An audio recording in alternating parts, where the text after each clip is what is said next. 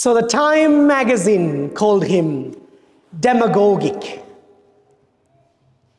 The Washington Post termed that he diminished his usefulness by a reckless act without any vision.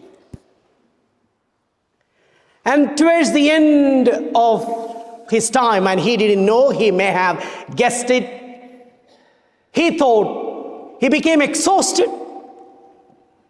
He was getting quite fatigued to the point he felt he was going to die. Now I'm talking about Martin Luther King. As when he started off a great prophet, motivating the black lives. Then as he went on, he understood he was not just called for the blacks only. He was standing up for the poor. Every cause of oppressed people became so important to him. And he began to support the Vietnam War and speak against it. He began to support not just the blacks, the poor, in any low socio-economic side. He began to support the workers who've been struggling and underpaid. He began to support the Hispanic people.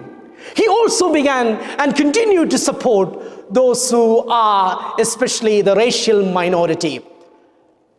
But the blacks didn't like him anymore. The people who were white supremacists didn't like him anymore. The political elitists like him anymore because they all had an agenda for Martin Luther King. But deep down, he was convinced of his call. So, without knowing, maybe knowing, he gave his final speech. And it was like this. It's in the bulletin. Well, I don't know what will happen now. We got some difficult days ahead. But really, doesn't it matter with me now? Because I have been to the mountain top.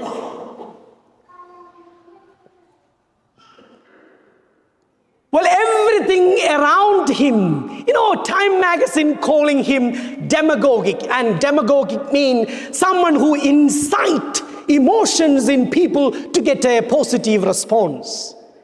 And Washington Post calling him diminishing usefulness. And at that time, standing up and speaking to the workers who are striking, Martin Luther King saying, I have been to the mountaintop and I have a perspective in me that this is what I'm destined to do. And if it costs my life, so be it. So be it. Well, this is what we see in the gospel this morning. Jesus is not disillusioned like Martin Luther King, and I'm not even comparing Jesus with Martin Luther King. I'm trying to bring a story from our real life to explain the gospel. Jesus was working miracles. He was raising the dead, healing the blind. He was walking through, and the Gentiles are getting really hopeful. Now we have a leader who can give us equality. Then the Israelites getting disillusioned, and now we have a leader who will fight the Romans and make us again the chosen people of God. Now Jesus getting all these opinions around him, and his own disciples are saying, I want to be the right, I want to be the left, oh, we will be the best in the king. Jesus climbed the mountaintop, not because there is a confusion in him, but he wanted conviction. Not only conviction, and he wanted Peter, John, James, who goes up to the mountain to see what life is about. I was traveling with the young people last year. Emma is sitting here, Dave is here, who else? Annika is here. We went to a place where there is a lot of disabled children, unfortunately are looked after by the nuns. And I saw this rich man there. And I said, this is a popular guy in India. He's a multi-millionaire. What is he doing here? And the sisters tells me, he comes every week. He will spend time with few children and then he will leave. And because he's a bit popular, I will get a selfie. I walked up to him and I said, I'm Father Bonnie. And then he started to talk.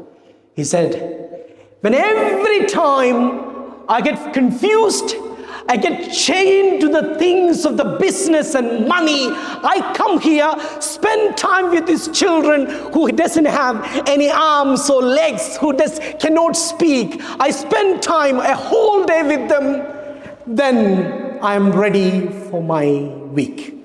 In other words, he was saying to me, I have been to the mountain top. When Jesus goes up, we see two things around him. The law, which is the Moses, and the prophet, which is Elijah. There are times in our life that we have to climb our mountaintop. My mountaintop was Gandivindi. My mountaintop was Gandivindi. Not that you guys are bad. You know, there are times we have to sit and pray and get a perspective on life. There are things in our lives. Last week we saw in Jesus getting tempted. What are the three temptations Jesus facing? What I do matters. What I have matters. What other people tells me about me matters. Jesus being asked to turn the stone into bread. What I do matters. Hey, jump off the cliff, work a miracle. What I have matters. You have the power. Oh, if you do this miracle, they are going to talk good things about you. What other people talks about me matters. The biggest distraction to any one of us. What I do with my life. Other people say, oh, he's a doctor, he's an engineer, he bought this, he has this. In Gandivindi, everyone has Land Cruisers. Oh, what I have is matters. Oh, what I have. A house in Kalandra, a house in Gold Coast. What I have matters. What other people talks about me matters. When we have these three temptations, what happened to us? We will drift away from our identity and our true call in life.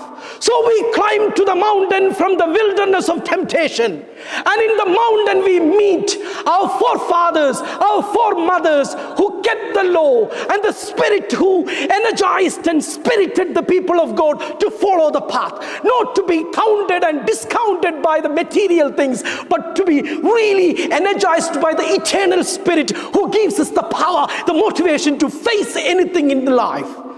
We go through real tough time. A health crisis, a crisis in our relationship, a crisis in our work life. We always have to climb certain mountaintops. There we have to sit down, not by ourselves, but with Moses. What does Moses represent? The structure, the discipline, the Bible, the stories of God guiding a people of nation, and with rules and regulations and discipline, and we meditate in the presence of the Bible. And then what is Elijah? The prophetic spirit, the imaginative spirit, the creative spirit, the spirit that helps us to look beyond things that chaining us down. And when we are with Moses, when we are with prophets, Elijah, when we carry the story, every trauma, every brokenness associated with the story, and when we are in the mountaintop, we see, wow, I am better than anything that is chaining me down, telling me what I do, what I have, what other people tells me matters. I'm going to climb down, going to face my life, because I am more. I am more. I am limitless. I am eternal. God is with me. He calls me beloved child. I listen to him wholly. So the Peter and John next to us, to the father and mother next to us, the mother-in-law, the father-in-law next to us, our chappy wife next to us, our yappy husband next to us. We tell them, let us climb down, face the life, because I have been to the mountaintop. Amen.